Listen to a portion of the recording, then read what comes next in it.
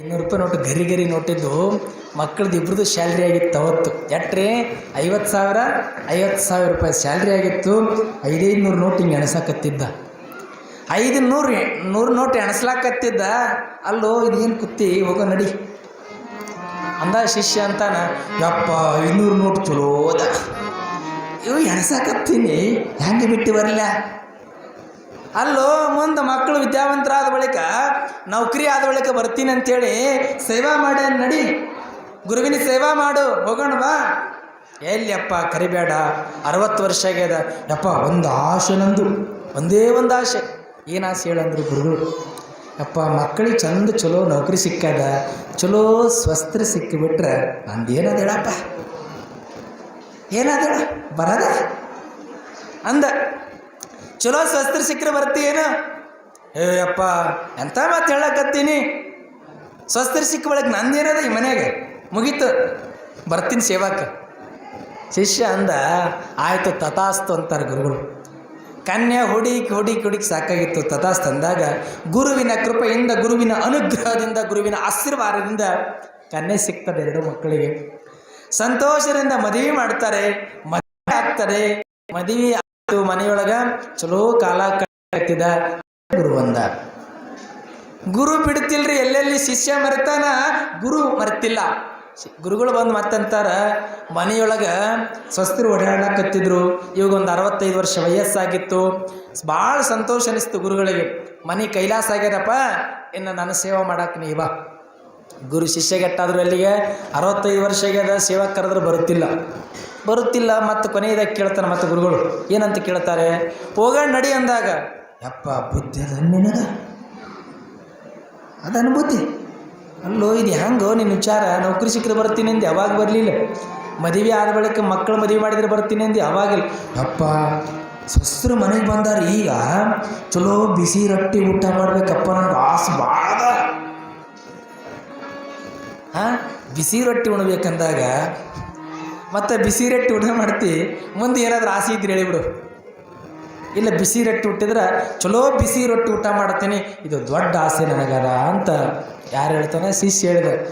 ಆಯ್ತಪ್ಪ, ಇನ್ನೊಂದು ಸ್ವಲ್ಪ ದಿನ ಮಕ್ಕಳು ಸ್ವಸ್ಥರು ಮೊಮ್ಮಕ್ಕಳ ಜೊತೆ ಭಾಳ ಚಲೋ ಇಲ್ಲಿ ಸ್ವಸ್ಥರ ಜೊತೆ ಪ್ರೀತಿಯಿಂದ ಊಟ ಮಾಡ್ತಾ ಕಾಲ ಕಳಿ, ಇನ್ನೂ ಸ್ವಲ್ಪ ದಿನ ಆದ ಬಳಿಕ ನಾನು ಬರ್ತೀನಿ ಅಂತ ಗುರು ಹೇಳ್ತಾರೆ. ಆಶೀರ್ವಾದವನ್ನು ಮಾಡಿ ಗುರುಗಳು ಮಠಕ್ಕೆ ಹೋಗ್ತಾರೆ. ಸ್ವಲ್ಪ ದಿನ ಕಾಲ ಕಳೆದಿತ್ರಿ, ಚಲೋ ಸ್ವಸ್ಥರು ಆರಾಮದೊಳಗೆ ಭಾಳ ಪ್ರೀತಿ ಮಾಡ್ತಾರೆ, ಪ್ರೇಮ ಮಾಡ್ತಾರೆ, ಸಂತೋಷ ಅನ್ನಿಸ್ತು. ಆದರೆ ಸ್ವಲ್ಪ ದಿನ ಪ್ರೇಮ ಮಾಡುವಂಥ ಸ್ವಸ್ಥರು ಬಂದಿಲ್ಲ, ಜೀವನ ಪೂರ್ತಿ ಪ್ರೇಮ ಮಾಡೋ ಸ್ವಸ್ಥರು ಮನೆಗೆ ಬಂದಾರ. ಸ್ವಸ್ಥರು ಬಿಟ್ಟು ಹೊರಗೆ ಹೋಗಂಗಾಗೋರ್ತೀವಾಗ. ಯಾಕಂದರೆ 6 ಗಂಟೆಗೆ ಬೆಡ್ ಕಾಫಿ ಬರ್ತದೆ, 8:15 ಟಿಫಿನ್ ಬರ್ತದೆ, 1 ಗಂಟೆಗೆ ಊಟ ಬರ್ತದೆ. ಮತ್ತು ಗಂಡ ಹೆಂಡತಿ ಮಾಂಸದ ಕೂತು ಊಟ ಮಾಡಿ ಎಲೆಡಿಕೆ ಜಿಗಿತಿದ್ರು ಅವರು. ಚಂದ ಎಲೆಡಿಕೆ ಚಲೋ ಜಿಗಿಯತ್ನಾಗ ಇವ ಗುರುಗಳು ಸೇವಕ್ಕೆ ಹೋಗ್ಕಾನಂದ್ರಿ, ಸೇವಾ ಮಾಡ್ಬೇಕಾಕತ್ತ. ಇವ್ರು ಸೇವಾ ಮಾಡೋರು ಭಾಳ ಜನ ಸಿಕ್ಕಾರೀಗ. ಹಿಂಗೆ ಕಾಲ ಕಳೆದ. ಕೊನೆಯದಾಗಿ ಮತ್ತೆ ಗುರು ಬಂದ. 1 ವರ್ಷ ಆಗಿತ್ತು, ಮತ್ತೆ ಗುರು ಬಂದ. ಅಲ್ಲೋ ಹೋಗೋಣ ನಡಿ. ಇಲ್ರಿ ಅಪ್ಪ, ಬಿಸಿ ರೊಟ್ಟಿ ಹೇಳಿದ್ದೆ, ನೀವು ಹೇಳಿದಂಗೆ ಚಲೋ ಬಿಸಿ ರೊಟ್ಟಿ ಮಾಡ್ತಾರೆ, ಸ್ವಸ್ಥರು ಚಲೋ ಊಟ ಮಾಡ್ತೀನಿ, ಚಲೋ ಎಲ್ಡಿ ಕೆಕ್ಕಂತೀನಿ, ಭಾಳ ಚಲೋ ಜೀವನ ಅದ. ಯಪ್ಪ ನಾ ಇಲ್ಲೇ ಇರ್ತೀನಿ ಅಂದ. ಯಾವಾಗ ಇಲ್ಲೇ ಇರ್ತೀನಿ ಅಂದಾಗ ನಿಮ್ದು ಏನೋ ಇನ್ನೊಂದು ಆಸೆ ಇದ್ದಂಗೆ ನನಗೆ ಕಾಣಕತ್ತದ, ಇನ್ನೊಂದು ಆಸೆ ಹೇಳಿಬಿಡು, ಆ ಆಸೆ ನೆರವೇರಿಸ್ತೀನಿ, ಆ ಆಸೆ ನೆರವೇರಿದ ಬಳಿಕ ಮುಂದೆ ವಿಚಾರ ಮಾಡ್ತೀನಿ ಅಂತ ಗುರುಗಳು ಹೇಳ್ತಾರೆ. ಯಪ್ಪ ಆಸೆ ಅಂತ ಕೇಳಕತ್ತೀಯಲ್ಲ, ನಿನಗೆ ತಿಳಿದಿಲ್ಲೇನು? ಮನೆಗೆ ಸ್ವಸ್ಥರು ಬಂದಾರ ಅಂದ ಬಳಿಕ ಏನು ಆಸೆ ಇರ್ತದೆ ಹೇಳಿ ನನಗೆ? ಏನು ಆಸೆ ಇರ್ತದ್ರಿ? ಯಪ್ಪ ಮೊಮ್ಮಕ್ಕಳು ಕೊಟ್ಟು ಬಿಡು ಜಾಸ್ತಿ ಅಂದ. ಆಯ್ತು ಮೊಮ್ಮಕ್ಕಳು ಆದ್ರೆ ಬರ್ತೀಯೇನು? ಮೊಮ್ಮಕ್ಕಳು ಅವ್ರು ಖಂಡಿತ ಮತ್ತಿರೋದಿಲ್ಲಿ ಬರ್ತೀನಿ ಅಂದ. ಮೊಮ್ಮಕ್ಕಳು ಆದಮೇಲೆ ಬರ್ತೀನಿ ಅಂದ ಬಳಿಕ ಮತ್ತೆ ಕೊನೆ ಮಾತಾಡ್ತಾನೆ. ಮೊಮ್ಮಕ್ಕಳಾಗಿ ನನ್ನ ತೊಡೆ ಮೇಲೆ ಅವು ಮಲಗಬೇಕು, ಅವು 1 ಮಾಡಬೇಕು, 2 ಮಾಡಬೇಕು. ಅದನ್ನು ನೋಡಿ ಎಟ್ಟ ಘಮ ಘಮ ಘಮ ಅಂತದ. ಅದನ್ನು ನಾನು ನೋಡ್ಬೇಕಂದ ಅವ್ರ ಶಿಷ್ಯ. ಮಕ್ಕಳು ಎಕ್ಕಿ ಮಾಡ್ಬೇಕಂತ್ರಿ, ತೊಡೆ ಮ್ಯಾಗ ಎಲ್ಲ ಮಾಡ್ಬೇಕಂತ 1-2 ಆ ಆಸೆ ನನಗದ ಅಂತಾನೆ. 68 ವರ್ಷಕ್ಕೆ ಬಂದ ಮೇಲೆ ಸಹಜ ಎಲ್ಲರಿಗೂ ಇರ್ತಕ್ಕಂಥ ಆಸೆ ಹೇಳಿದ. ಗುರುಗಳು ಆಶೀರ್ವಾದ ಮಾಡ್ತಾರೆ. 1 ವರ್ಷ ಕಾಲ ಕಳೆದಿತ್ರಿ. ಶಿವನ ವಿಧಿವಶಾತ್ ಅಂತಕ್ಕಂಥದ್ದು ಯಾರನ್ನೂ ಬಿಟ್ಟಿಲ್ಲ. 69 ವರ್ಷ ಹೋಗಿತ್ತು, ಗುರು ಮರೆತಿಲ್ಲ. 69 ವರ್ಷ ಆದ ಬಳಿಕ ಏಕಾಏಕಿ ಆರೋಗ್ಯದಲ್ಲಿ ಏರುಪೇರಾಗಿ ಗುರುವಿಗೆ ಹೇಳಾರ್ದಂಗೆ ಮುಗೀತು. ಗುರು ಭೇಟಿ ಆಗಲಿಲ್ಲ, ಶಿಷ್ಯ ಅಂತೂ ನೆನೆಸಲಿಲ್ಲ. ಈ ಶಿಷ್ಯ ಶಿವನ ಪಾದ ಸೇರಿಬಿಟ್ಟು ಏಕಾಏಕಿ. ಯಾವಾಗ ಶಿವನ ಪಾದ ಸೇರಿದ, ಶಿವನ ಪಾದ ಸೇರಿ 1 ವರ್ಷ ಕಳೆದಿತ್ತು. ಗುರುಗಳು ಮತ್ತೆ ಮನೆಗೆ ಬರುತ್ತಾರೆ. ಮನೆಗೆ ಬಂದಾಗ ಮನೆ ಮುಂದೆ ಏನು ಕಟ್ಟ್ಯಾರೆ? ನಾಯಿ ಕಟ್ಟ್ಯಾರ. ಸಂಪತ್ತು ಮಾಡಿಟ್ಟಿದ್ದ ಮನೆ ಮುಂದೆ ನಾಯಿ ಕಟ್ಟಿದ್ರು. ಆ ನಾಯಿ ಈ ಗುರುಗಳು ಬಂದಾಗ ಒದರಕತ್ತಿರೋದು. ನಾಯಿ ಕೆಲಸ ಏನ್ರಿ? ಒದರಕತ್ತು ನಾಯಿ. ಯಾವಾಗ ಒದರಕತ್ತೆಲ್ಲ ಗುರುಗಳು ಕಮಂಡಲದೊಳಗಿರ್ತಕ್ಕಂಥ ನೀರನ್ನು ತೆಗೆದುಕೊಂಡು ಪ್ರೋಕ್ಷಣೆಯನ್ನು ಮಾಡಿದರು. ಅವಾಗ ಬಾಲ ಅಳ್ಳಾಡ್ಸಕತ್ತು ಗುರುಗಳಿಗೆ ಅರ್ಥ ಆಯ್ತು. ಅರ್ಥ ಆದಾಗ ಇವ ಜೀವ ಬಿಟ್ಟಾನಿವ. ಇವ ಮನೆಯೊಳಗಿಲ್ಲ, ಜೀವ ಹೋಗ್ಯದ. ಆದ್ರೆ ನಾಯಾಗಿ ಹುಟ್ಟಿ ಬಂದಾನಿವ. ಜೀವ ಹೋಗ್ಯದ, ನಾಯಾಗಿ ಹುಟ್ಟಿ ಬಂದಾನಲ್ಲೋ. ಸತ್ತು ಹೋದಿ ನಾಯಾಗಿ ಮತ್ತೆ ಯಾಕೆ ಹುಟ್ಟಿ ಬಂದಿ ಅಂತ ಕೇಳ್ತಾರೆ ಗುರುಗಳು. ನಾಯಿ ಜೊತೆ ಮಾತಾಡ್ತಾರೆ ಗುರುಗಳು.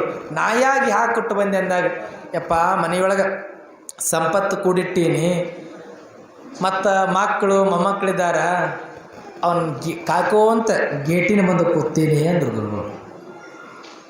ನಾಯಿ ಗೇಟಿನ ಮುಂದೆ ಕೂತೀನಂದಾಗ ಮುಂದೆ ಜೀವ ಹೋದ ಬಳಿಕ ನನ್ನ ಬಳಿ ಬರ್ತೀನಂತಾರೆ. ಮತ್ತೆ ನೋಡ್ರಿ, ಜೀವ ಹೋಗ್ಯದ, ನಾಯಿಗೂ ಸಹಿತವಾಗಿ ಕರ್ಲಿಕ್ಕತ್ತಾರ. ಯಾಕೆ ಕರ್ಲಿಕ್ಕತ್ತಾರ? ಸೇವಾ ಮಾಡಿದ ಫಲದಿಂದ ಕರ್ಲಿಕ್ಕತ್ತಾರ. ಆಯಿತು. ಸ್ವಲ್ಪ ದಿನಗಳಾದ ಬಳಿಕ ನಾಯಿ ಏನಾತ್ರಿ? ಸತ್ತು ಹೋಯ್ತ್ರಿ.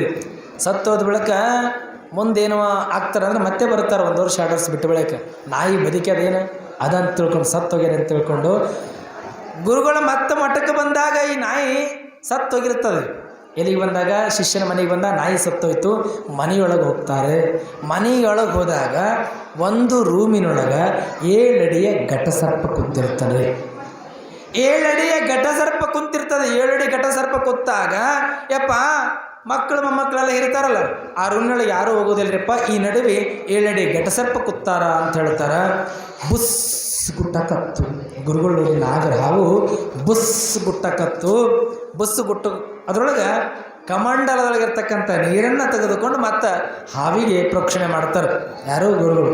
ಯಾವಾಗ ಪ್ರೋಕ್ಷಣೆ ಮಾಡಿದಾಗ ಅಲ್ಲೋ ನಾಯಾಗಿ ಹುಟ್ಟಿದ್ದಿ ಮತ್ತು ಘಟಸರ್ಪಾಗಿ ಹುಟ್ಟಿ ಬಂದು ಯಾಕೆ ಈ ಮನೆಯೊಳಗೆ ಘಟಸರ್ಪವಾಗಿ ಹುಟ್ಟಿ ಬಂದಿ ಅಂತ ತಿಳ್ಕೊಂಡು ಗುರುಗಳು ಕೇಳಿದಾಗ ಘಟಸರ್ಪ ಹೇಳ್ತಾರೆ. ಮತ್ತೇನಂತಾರೆ?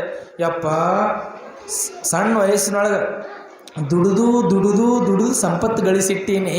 ಈ ಸಂಪತ್ತು ಯಾರಾದರೂ ಹೊತ್ಕೊಂಡು ಹೋದ್ರೆ ಮಕ್ಕಳು ಮೊಮ್ಮಕ್ಕಳು ಮರಿ ಮೊಮ್ಮಕ್ಕಳು ನೋಡ್ತಾರಲ್ಲ, ಅವು ಭಿಕ್ಷೆ ಬಿಡ್ಬೇಕಾಕತ್ತ. ಅದಕ್ಕೆ ಘಟಸರ್ಪ ಆಗಿ ಈ ನಾಣ್ಯದ ಮ್ಯಾಗ ಕುಂತೀನಿ ಕಾಯ್ಕೋ ಅಂತ ಘಟಸರ್ಪ ಗುರುಗಳಿಗೆ ಹೇಳಿತ್ತು. ಸ್ವಲ್ಪ ದಿನ ಆದ ಬಳಿಕ ಮತ್ತೆ ಇಲ್ಲಿ ವಿಚಾರ ಮಾಡ್ತಾರೆ, ಮಠಕ್ಕೆ ಹೋಗ್ತಾರೆ. ಮುಂದಿನ ದಿನಮಾನಗಳಲ್ಲಿ ಮತ್ತೆ ಘಟಸರ್ಪ ಸಹಿತವಾಗಿ ಜೀವ ಹೋಗ್ತಾರೆ. ಜೀವ ಹೋದಾಗ ಮತ್ತೆ ಗುರುಗಳು ಮನೆಗೆ ಬರ್ತಾರೆ. ಶಿಷ್ಯನ ಮನೆಯ ಮೇಲೆ ಬಹಳ ಪ್ರೇಮಾದ ಪ್ರತಿಯೊಂದು ಹಂತದೊಳಗೆ ಆ ಮನೆಗೆ ಪಾದ ಹಾಕ್ತಾರೆ ಗುರುಗಳು. ಪಾದ ಹಾಕೋದ್ರೊಳಗೆ ಒಂದೊಂದು ಅವತಾರ ಆಗ್ತಾನೆ ಆ ಮನುಷ್ಯ. ಸೇವಾ ಮಾಡಿರುವಂಥ ಮನುಷ್ಯ ಮತ್ತೇನಾಗ್ಬಿಟ್ಟು ಬಂದಿರ್ತಾನಿವ. ಮನೆ ಮುಂದೆ ಗುರುಗಳು ಬರೋದ್ರೊಳಗೆ ಘಟಾರಿತ್ತೆ ಮನೆ ಮುಂದ್ರಿ ಹಂದಿ ಆಗ್ಯ. ಹಾವು ಸತ್ತೋಯ್ತಿಲ್ಲ, ಮತ್ತೇನು ಹುಟ್ಟಿ ಬಂದಾನ? ಹಂದಿಯಾಗಿ ಹುಟ್ಟಿ ಬಂದಾನ್ರಿ. ಹಂದಿಯಾಗಿ ಹುಟ್ಟಿ ಬಂದಾಗ ಅಲ್ಲೂ ಬುದ್ಧಿ ಅದ ನಿನಗೆ. ನಾಯಾದಿ ಹಾವಾದಿ ಕೊನೆಗೆ ಹಂದಿಯಾಗಿ ಹುಟ್ಟಿ ಬಂದು. ಯಾಕೆ ಹಂದಿಯಾಗಿ ಹುಟ್ಟಿ ಬಂದೀನಿ? ಹೇತಕ್ಕಾಗಿ ಹಂದಿಯಾಗಿ ಹುಟ್ಟಿ ಬಂದು ಅಂದಾಗ ಹಂದಿ ಅಂತದ್ರಿ ಗುರುಗಳಿಗೆ ಏನಂತದ? ಯಪ್ಪ ಮನೆಯೊಳಗೆ ಸಂಪತ್ತು ಕೂಡಿಟ್ಟಿನಲ್ಲ, ಈ ನನ್ನ ಹೊಸ್ದಾಗೇನು ಸ್ವಸ್ಥರು ಬಂದಾರಲ್ಲ ಇವ್ರ ಮನೆಗೆ, ಇವರು ಸ್ವಲ್ಪ ಮಾಡಬೇಕು, ಪ್ರಸಾರ ಕೆಡಿಸಬಾರ್ದನ್ನು ಅರಿವಿಲ್ಲಿರಿ. ಅವ್ರು ಏನು ಮಾಡ್ತಾರೆ ಗೊತ್ತದನ? ಅಡುಗೆ ಜಾಸ್ತಿ ಮಾಡ್ತಾರೆ. ಇವು ಮೊಮ್ಮಕ್ಕಳು ಜಾಸ್ತಿ ಪ್ರಸಾದ ನಡೆಸ್ಕೊತಾರ. ಮೊಮ್ಮಕ್ಕಳು ಜಾಸ್ತಿ ಪ್ರಸಾದ ನಡೆಸ್ಕೊಂಡು ಗಟಾರಕ್ಕೆ ಚೆಲ್ತಾರಪ್ಪ. ಕಷ್ಟಪಟ್ಟು ಎಂದಕ್ಕೆ ದುಡ್ದೀನಿ, ಇದು ಅನ್ನ ಹಾಳಾಗಬಾರ್ದಪ್ಪ ನಮ್ಮ ಮನೆಯ ಅನ್ನ, ಅದಕ್ಕೆ ಅವ್ರು ಹಾಕಿದ ಅನ್ನ ತಿನ್ನೋದಕ್ಕೆ ಹಂದಿಯಾಗಿ ಬಿಟ್ಟು ಬಂದಿನಿ ಅಂತ. ಎಲ್ಲಿಗೆ ಹೋದ್ರಿ ಇದು? ನಾವು ಅನ್ನಕ್ಕೆ ಸಹಿತವಾಗಿ ಚೆಲ್ತಾರ, ಅನ್ನದ ಅಗಳು ಸಹಿತವಾಗಿ ಎಲ್ಲಿ ಚೆಲ್ಲಬಾರ್ದು ಅಂತ ತಿಳ್ಕೊಂಡು ನಾನು ಹಂದಿಯಾಗಿ ತಿನ್ನೋದಕ್ಕೆ ಬಂದಿನಂದಾಗ ಗುರುಗಳಿಗೆ ಸಿಟ್ಟು ಬತ್ತರಿ. ಯಾವಾಗ ಗುರುಗಳಿಗೆ ಸಿಟ್ಟು ಬತ್ತು, ಈ ಹಂದಿ ಏನಿತ್ತಲ್ಲ, ಈ ಹಂದಿಗೆ ತಮ್ಮ ಕೈಯೊಳಗಿರ್ತಕ್ಕಂಥ ಬೆತ್ತ ತಗೊಂಡು ಊರು ಹೊರಗೆ ಹೋಗೋತನಕ ಹೊಡಿತಾರ. ಊರು ಹೊರಗೆ ಹೋಗೋತನಕ ಹೊಡೆದು ಊರು ಹೊರಗೆ ಏನು ಮಾಡ್ತಾರ, ಜೋರಾಗಿ ಹೊಡೆದು ಆ ಹಂದಿಯನ್ನ ಜೀವ ಹೋಗಂಗೆ ಹೊಡಿತಾರ. ಹಂದಿ ಜೀವ ಹೋಗ್ತಾರೆ. ಯಾವಾಗ ಹಂದಿಗೆ ಜೀವ ಹೋಯ್ತು, ತತ್ತು ಕ್ಷಣದೊಳಗೆ ಹಿಂದೆ ಸೇವಾ ಮಾಡಿರುವ ಫಲದಿಂದ 12 ವರ್ಷಗಳ ಕಾಲ ಸೇವೆ ಏನು ಮಾಡಿದ್ದಲ್ಲ ಸಸ್ಯ, ಅದಕ್ಕೆ ಮನುಷ್ಯನ ಆಕೃತಿಯನ್ನು ಕೊಟ್ಟು ಮತ್ತೆ ಮರಳಿ ಜೀವನವನ್ನು ಕೊಡ್ತಾನ ಗುರು ಆ ಮನುಷ್ಯನಿಗೆ. ಹಂದಿಯಾಗಿರ್ತಕ್ಕಂಥ